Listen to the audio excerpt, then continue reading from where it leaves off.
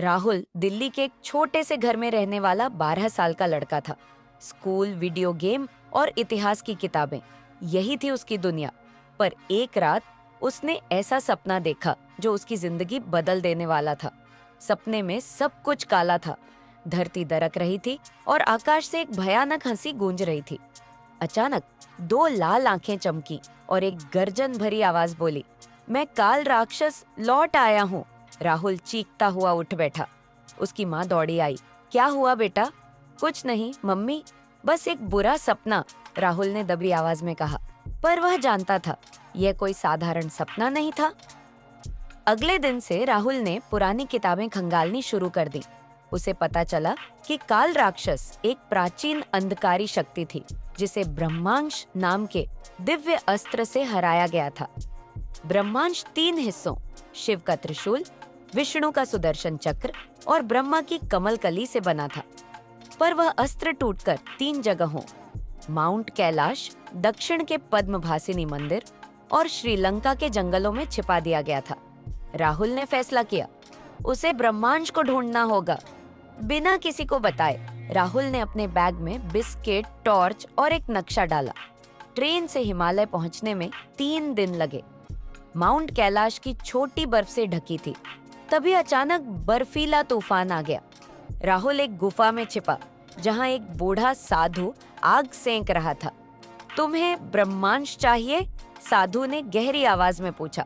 वह कोई साधारण साधु नहीं, बल्कि भगवान परशुराम थे। उन्होंने राहुल की परीक्षा ली, बर्फ के राक्षसों से लड़कर। जब राहुल जीत गया तो परशुराम ने उसे त्रिशूल का टुकड़ा दिया। याद रखो, अंधकार तुम्हारे दिल में भी घुस सकता है, वे बोले और अदृश्य हो गए। अगला पड़ाव था दक्षिण का पद्मभासिनी मंदिर। राहुल ट्रेन की छत पर चढ़कर वहां पहुंचा। मंदिर सुनसान था। अचानक दीवारों से काली छायाएं निकली और उस पर झपट्टी। राहुल भागने लगा। तभी एक जोरदार आवाज गूंजी, डरो नहीं बालक। हनुमान जी प्रकट हुए। उन्होंने राहुल को एक लाठी दी और कहा, तीसरे खंबे पर वार करो। राहुल ने खंबा तोड़ा। अंदर से कमल कली का टुकड़ा निकला। हनुमान जी मुस्कुराए, तुम में वीरता है, पर सावधान रहना। श्रीलंका के जंगल घने और डरावने थे। राहुल को लगा कोई उसका पीछा कर रहा है। अचानक एक विशाल वानर बाली सामने आया। लड़ो या मरो, बाली ने गुर्राया। राहुल ने चालाकी से पेड़ पर चढ़कर बाली को फंसाया। तभी विभीषण प्रकट हुए और बोले, तुमने साहस दिखाया, लो सुदर्शन चक्र का टुकड़ा। ब्रह्मांश के तीनों टुकड़े अब राहुल के पास थे। जैसे ही राहुल ने तीनों टुकड़े जोड़े, धरती कांप उठी।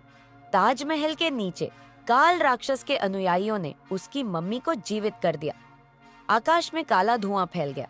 राहुल को पता चला अंतिम लड़ाई मथुरा के डूबे शहर में होगी, जो समुद्र की गहराइयों में छिपा था। समुद्र के किनारे 7 अमर योद्धा, अश्वत्थामा, कृपाचार्य, वेदव्यास, राहुल का इंतजार कर रहे थे। उन्होंने उसे एक मोती दिया जो पानी में सांस लेने की शक्ति देता था। राहुल समुद्र में कूदा। नीचे डूबे मंदिरों के बीच काल राक्षस खड़ा था, एक विशाल काय राक्षस जिसके हाथों में आग थी। राहुल ने ब्रह्मांश उठाया।